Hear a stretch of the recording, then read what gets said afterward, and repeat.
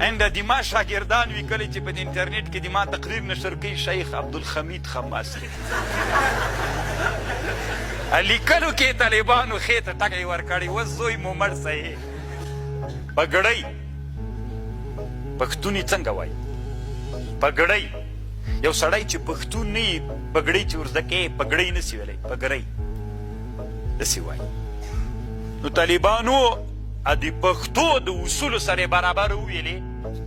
نه طالبان سړی پې پوهېږي چې غلط یې قرآن هم داسې ده قرآن چې په عربیت نازل ده داسې به یې زده کوې لکه عربیت خو تجوید به یې کوي ډوډۍ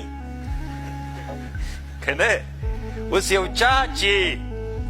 پښتون د هغه ډوډۍ وایي خو که اردو زبان ده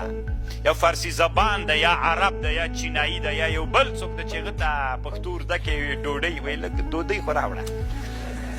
نه یې څه ویللی طالبانو پښتو یې ویلې نه طالبانو روټۍ اعلاء السنن کې علامه ظفر احمد عثماني هم دا خبر کوي پګړۍ خپلې پګړۍ لفظ یې راوړی روټۍ نو طالبانو تجوید چې ده دا نو دا اوس طالبانو تاسې فکر وکئ ګوره ډوډۍ روټۍ پګړۍ څومره فرق دی نو طالبانو ډېر انسانان دي قرآن داسې وایي الحمدلله رب العالمین ستا که نه دې افغانستان کې طالبانو داسې قومونه سته ده بیخي الحمدلله ویلی نه سي الحمدلله عند دما شاګردان وي کله چې په انټرنیټ کې دما تقریر نشر کوي شیخ عبدالحمید خماسي